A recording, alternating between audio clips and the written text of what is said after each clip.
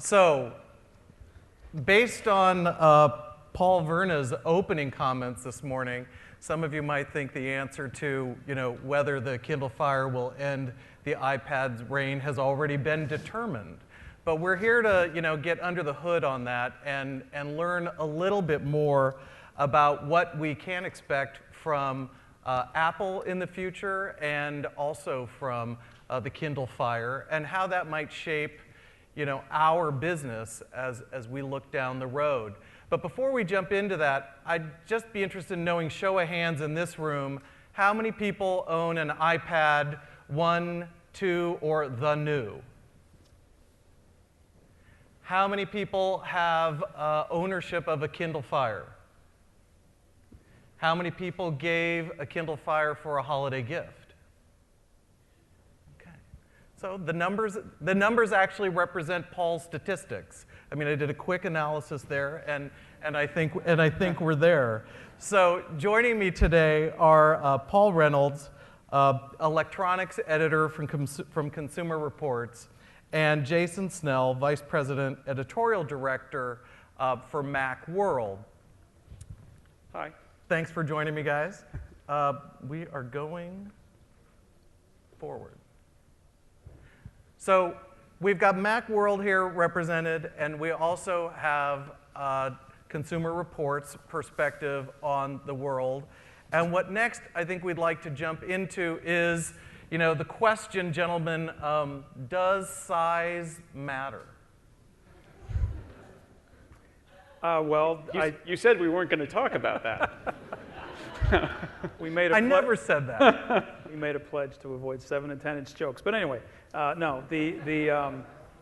Obviously, size is very important in the respective success of both these devices. And I think part of the reason they've been able to coexist so well in the marketplace is that they do have distinct niches. The 7-inch size creates the portability that has helped make this, particularly the Kindle Fire, very successful as a portable device. It'll fit into a purse. It'll fit easily into a bag, which isn't the case with the iPad. On the other hand, there are a lot more possibilities for the design of magazines, particularly on the iPad, that I think we've seen. Yeah, fulfills. Beyond just where it fits, also it fits in your hand really well. The Kindle Fire is a one-handed device, and the iPad is not it just isn't. Even the iPad 2, which is slightly lighter than this new iPad, all these iPads are two-handed devices, or it's one hand and propping it against something. It's just sort of too big and too heavy. So I think that's in the Kindle's favor, but like you said, the problem is that especially if you're talking about a big, beautiful magazine layout, I actually think the iPad screen pushes it a little bit, and you sort of, many times if you're relaying out your magazines, you have to change the layout to make the text bigger on the iPad. And the Kindle, it's a very small screen, and magazine page layouts don't display very well, and you have to end up pinching and zooming and panning around a lot, which is not a great experience. So it's that trade-off of the convenience of the size, but it's not as great a display for a magazine layout. So when we talk about the introduction of the Kindle Fire and the impact it's had on the Apple market, from your perspectives, do you think that the Kindle Fire has in any way cannibalized any iPad sale, that there was a prospective consumer who said, I'm looking at these price points, I'm somewhat reluctant, here's a new opportunity, I'll pay less money and make that choice? Or do you think that they're just growing different markets? Well, I think to some extent they have, although I think the whole Kindle Fire versus iPad, head-to-head is a little overblown. I mean, I think people, to a large extent, they know what they're getting for $199. They're not getting an iPad. Chances are they've seen an iPad. They've been wowed by the much greater selection of things like apps, the greater diversity of the iPad. It's just better at a lot of things, most things, really. But I think the Kindle Fire for $199, and in the very close link to Amazon content and Amazon services, is a lot of what may be driving a lot of those purchases. I mean, I think we heard earlier the number of people that have signed up for Amazon Prime or have Amazon Prime that are taking advantage of the streaming movies on this. You know, it's a different, I think it's a different thing. I'm not sure that they've cannibalized a whole lot to each other than the person who says, I want to get a tablet, I want a good one, and I hear the Kindle Fire is pretty good and it's $199. Yeah, the price is pretty powerful. If we updated this slide that we have to today, the iPad 2 is now $399, and keep in mind that even the last year's iPad at cut rate prices from Apple, you could get 2 Kindle Fires for that. So it's a powerful price, and yeah, the Kindle Fire doesn't do anything, I think, as well as the iPad, but if you're somebody, I think at Christmas, there were a lot of people who said, you know, 200, it's almost an impulse purchase, and I'm an Amazon customer, and I think that's Amazon's greatest strength, is other than Apple, what is the company that's got so many users with so many credit cards, and are they comfortable putting in their password and pressing buy? And it's Amazon, and in some ways, the Kindle Fire is a great vending machine for all of that Amazon stuff. Absolutely. So in talking to a lot of our members about this panel, I asked quite a few folks, what would the one question they'd love me to ask be? And hands down, that question was surrounding when will Apple be introducing a 7-inch iPad, and when will Amazon be introducing a 10-inch Fire? And then I'll follow up that with what do you think the price points and the impact to the overall market would be of the advent of either of those things. I'll let Jason handle tell the future? The Apple speculation. Okay, that's a good idea. Apple speculation. So I think it's possible that Apple will do a 7-inch, although I don't think one of the advantages Apple has with app development is that they only have 2 screen sizes for their developers. They have the iPhone screen size, and they have the iPad screen size. And although the resolutions vary, as we saw last week, the size and shape are the same. It's possible that they could take the shape of the iPad and the resolution of the old iPad and squish it down into 7 inches. Everything would get kind of small. So I think at some point, Apple, it's inevitable there'll be an iPad mini. I'm not sure whether it's something that's going to happen soon. Do you already have the name? Why not? Nano, mini, Apple's great at rifling through their old product names and bringing them back. So I probably wouldn't put money on this year, but I think if Apple feels pressure, if the Kindle Fire and the Nook Color really do show that there is a market that specifically wants that smaller size, and that it's the smaller size that's the motivator and not the price, or if Apple feels the only way they can get down to 200 or 300 is to make a smaller model, I think they'll do that. But don't discount the power of the iPod Touch. The iPod Touch is still a pretty good selling product as an alternative to an iPhone for people who want that smaller device. So I don't think Apple has to do it. But yeah, I think it's inevitable in the next couple of years. Probably not this year. I think from your perspective, from Amazon. Well, I think from the Amazon point of view, I mean, Jason mentioned, other people have mentioned the vending machine aspect of the Kindle. I think a big part of that is going to be Amazon. If Amazon figures out that it can sell more content by creating another platform, then that'll make sense. I mean, we know that Amazon is losing money on every Kindle Fire that they sell on the actual device. They're making it up on the content. So I think taking a look at that, they would have to figure we're going to sell a lot more Prime memberships. We're going to sell a lot more books. We're going to sell more magazines. And I'm not sure when you look at the kind of killer apps and the things that Amazon is really strong on, I'm not sure that comes out as something that they can really rely on. I mean, the real killer apps on this thing are the streaming video, very strong connection to Kindle, the books brand. People love reading on this. It's a good size for reading books. It's the same size as pretty much the same size as the Kindles themselves. So, it's a little bit the same as Jason's answer. I think eventually they may go there. I want you guys to argue. You want us to? All right. I know. I think that's Would you guys figure that out? Terrible thing. But so the short answer is maybe, but I'm not convinced this year. And I think they would have to know that they could come in at a significantly lower price than the iPad. It's very hard, as every other 10-inch tablet has shown, it's very hard to compete with the iPad. It's been a really very, very, very good product. 7-inch might be Amazon's advantage here, and having that low price. And let's be honest, the Kindle Fire, it doesn't have a lot of the accoutrements that we expect from a tablet now. It doesn't have a camera. There's no cellular option. There are lots of things that Amazon doesn't do video out. So there are lots of things they could do to improve this product before they go to make something bigger. And once they make it bigger, if they're subsidizing it themselves, then that's going to be, the price is going to go up, and they're going to be losing more money on every one. And and those 10-inch Android tablets haven't done that well. So I mean, maybe they're successful because they're small and cheap. Mm-hmm. So it won't be this year for either of those. It'll be Apple figuring out whether they really need to be there and address the portability and the size. And for Amazon, if they want to continue to loss lead and maybe get into a bigger device, that would be interesting, but they might want to improve the baseline product first. Well, keep in mind, Amazon's on the iPad, right? I Right. mean, Amazon, you can get the Amazon apps on the iPad. So Amazon's on the iPad already. Right. Their video isn't, and that's something that we talked about before we came on here, that's sort of one of the missing pieces is Amazon could do their streaming Prime video as an app on the iPad, and then they're on the iPad. So I'm not sure they feel, I bet Amazon makes a lot of money from people who are viewing their content on the iPad, so they may not feel the pressure there. Well, and we'll agree that publishers have enough challenge designing for the different sizes that we've got already. One of the topics that's thread through a variety of the panels and discussions today is findability or discoverability of magazine publishers' content, which I think brings us to the issue of newsstand. And that is certainly, I think, an area of a point of difference on the relative devices with the iOS 5 and then the Amazon Kindle store. Would you guys care to venture which one does a better job, albeit not what we as magazine publishers would like in terms of findability? Who does a better job, and what's the next step?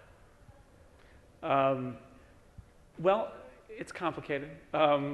Amazon is the best at, I type in the name of something I want to see and I find it and I press buy and I buy it. It's so much easier. Whereas with Apple, if you have the newsstand icon somewhere close, you have to tap on it and there's nothing in it. And then you have to tap store and it takes you just to the iTunes store. And then if you're searching within all of iTunes apps, and some apps are in the newsstand and they're newsstand apps, and others are just apps that live somewhere else, which is really confusing.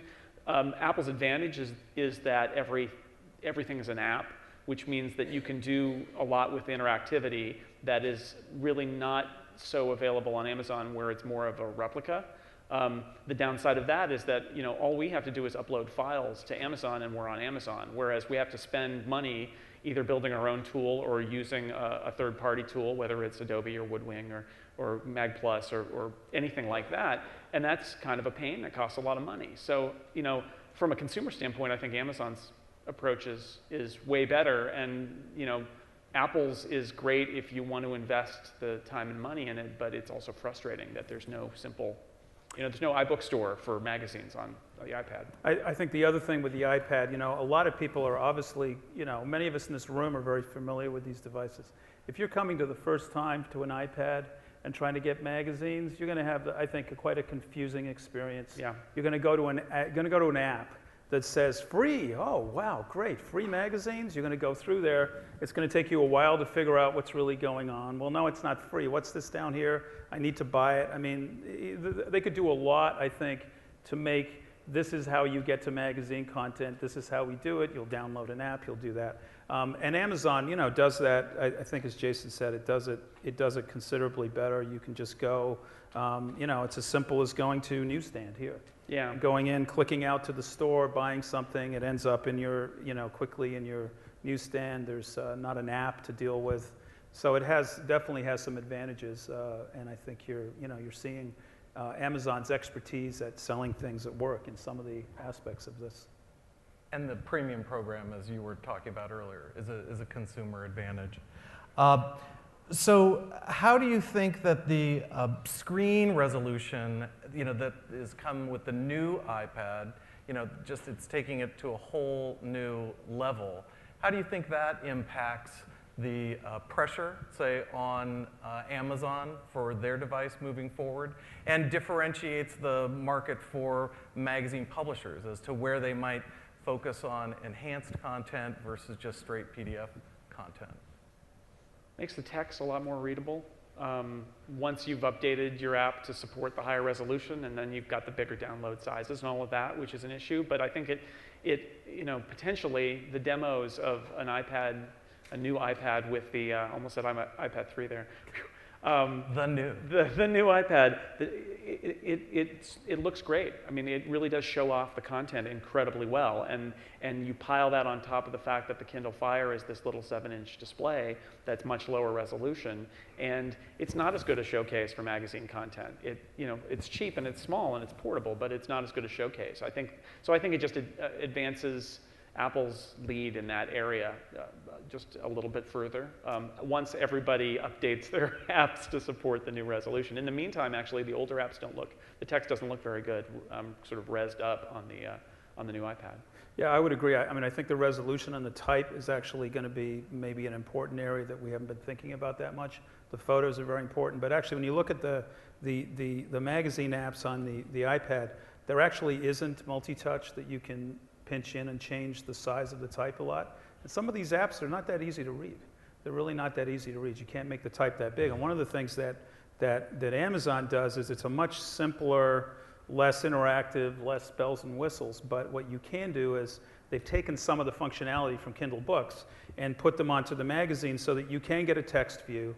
And it's not pretty. It doesn't have the design in it. But you have all the functionality to be able to change the type size, to be able to read it in any size that you want. You don't have that flexibility on a lot of the iPad apps. Right, you can build it in, and some have. I think Zinio's got a text view, and some other apps have a text view, but it's extra work, and a lot of them don't support that at all, and that's the downside. I mean, on the Fire, I would say you almost need to switch to text view to read the articles because it's very hard to read them otherwise. But it's not a bad view. It's just it's kind of boring, but it's good if you want to just actually read the words. I know that's shocking that you might want to read the words, but if you do, that's the way to do it. It's a bummer for designers, but it's not too bad for readers. It's good for long-form journalism. Yeah. Well, that's how I feel about the newspapers on the Kindle, too, is that actually a stream of plain text with the occasional picture, that kind of works. I actually prefer reading newspapers on the Kindle to the iPad, because the iPad, they're all apps, and they're complicated, and they're slow, and sometimes plain text is not so bad. And there's also the predictability that we were talking about. I mean, you go into a magazine on the Kindle Fire, and it's pretty much the same experience. It's not exciting, but it's the same experience. You know what you're doing, you know what your options are. Whereas you go into an app on the iPad, it can be very exciting, but it can be a little confusing. As we were saying, you don't know which direction to go sometimes. One of the research things that didn't get called out in one of the very first presentations where we had all that research was the number one question that I think tablet magazine readers had was they weren't sure how to use the magazine, and print magazines are pretty simple interface. And the iPad, it could be anything because everybody's building their own app. And if Apple had a standard for magazines, everybody would scream, right, that how dare Apple tell us what to do. But at the same time, there would be one set of rules which would have its advantages, and that is an advantage of Amazon. Is Amazon has a format, and they say, here, give us your files in this format, and then they all play by the same rules. And that is comforting. When you read Macworld and Consumer Reports on the Kindle Fire, the behavior is basically identical. But you're not going to get the 3D view of the Titanic, which is very cool. This is true. No, but so that navigation continuity and uniformity of experience begins to be a point in the Fire's behavior from a consumer perspective. Perhaps not from the creative development perspective of magazine editors. Yeah. Well, you can see it in the advertising, right? I mean, Apple is obsessed with showing you, books and magazines and newspapers that have all this crazy whizzy stuff, and Apple's very excited about showing that that's part of the iPad experience. And Amazon is, much more concerned with selling you a magazine or a book and letting you just kind of flip through it. And the company personalities are very clear in those approaches. Apple is very focused on the bells and whistles, and I think it's a question about how much of that people do want to see. And my guess is that the iPad can be abused in that way, and that the Kindle Fire is maybe not powerful to do enough of it. There's a lot of discussion and curiosity about what the behavior within households will be with respect to these devices. You have the different price point impact, but as you get households that had an iPad 1 and then maybe got an iPad 2 or the new iPad, you look at how, show of hands, some folks in this audience have an iPad and a Kindle Fire. What is your perspective on the sharing of devices and how the size and price point is going to impact that in households? I think that's an interesting point. I mean, I think I think the keynote said these older devices are likely to get passed down probably within the household, which is going to be part of what you start to see a greater base of users. I think when it gets to the smaller device as well, and again, I think we saw things like the Nook Color were very successful with women. They were selling a lot of women's magazines on the Nook Color, and still are, and on the tablet. But I think you're going to see a diversity of these things moving around, and maybe more of the tablets moving to the women in the household. I think we saw the gender gap close on that, so I think it's going to equalize more. And yeah, I'm going to agree again. I'm sorry about that. I think, yeah, I agree. Sorry. No, you're completely wrong, and I won't specify why. It would be the other way to go. All right, so now that we have your prediction that we won't get a 7-inch from Apple or a 10-inch from Amazon in this year, when do you think that we'll see a significant share shift in terms of units sold, to where it goes from an 80% Apple world to something more like 65%? 65? Well, I mean, how quickly is that going to happen? Yikes. Wow, more predicting. I think Windows 8 this fall is going to be interesting because Microsoft is playing that as being also a tablet operating system, and it's unclear whether it looks very cool, and yet I think in some ways Microsoft is its own worst enemy in terms of, is it going to turn it, if Microsoft does what they did before, they'll wreck it because they'll say it's actually just a PC, and I don't think people want that. But there's potential there, and I think there's potential for Microsoft to kill the growth of the Android tablets and replace that as a contender. I think it's possible because I'm not sure Google has really, I mean, as well as Google has done with Android on the phones, it really hasn't figured out how to make a tablet that people want to buy. And I don't think the fault is in the tablet manufacturers. I think it's Google. The fact that, and Apple knows this, and they sort of twisted the knife last week when they pointed out that very few Android apps are updated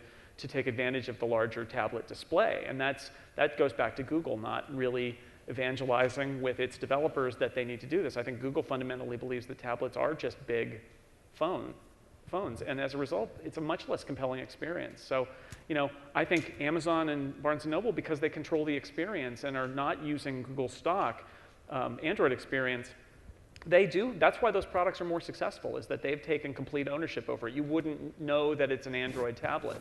And so I think those will be more successful. I think the wild card is maybe Microsoft more than it is the generic Android tablets now.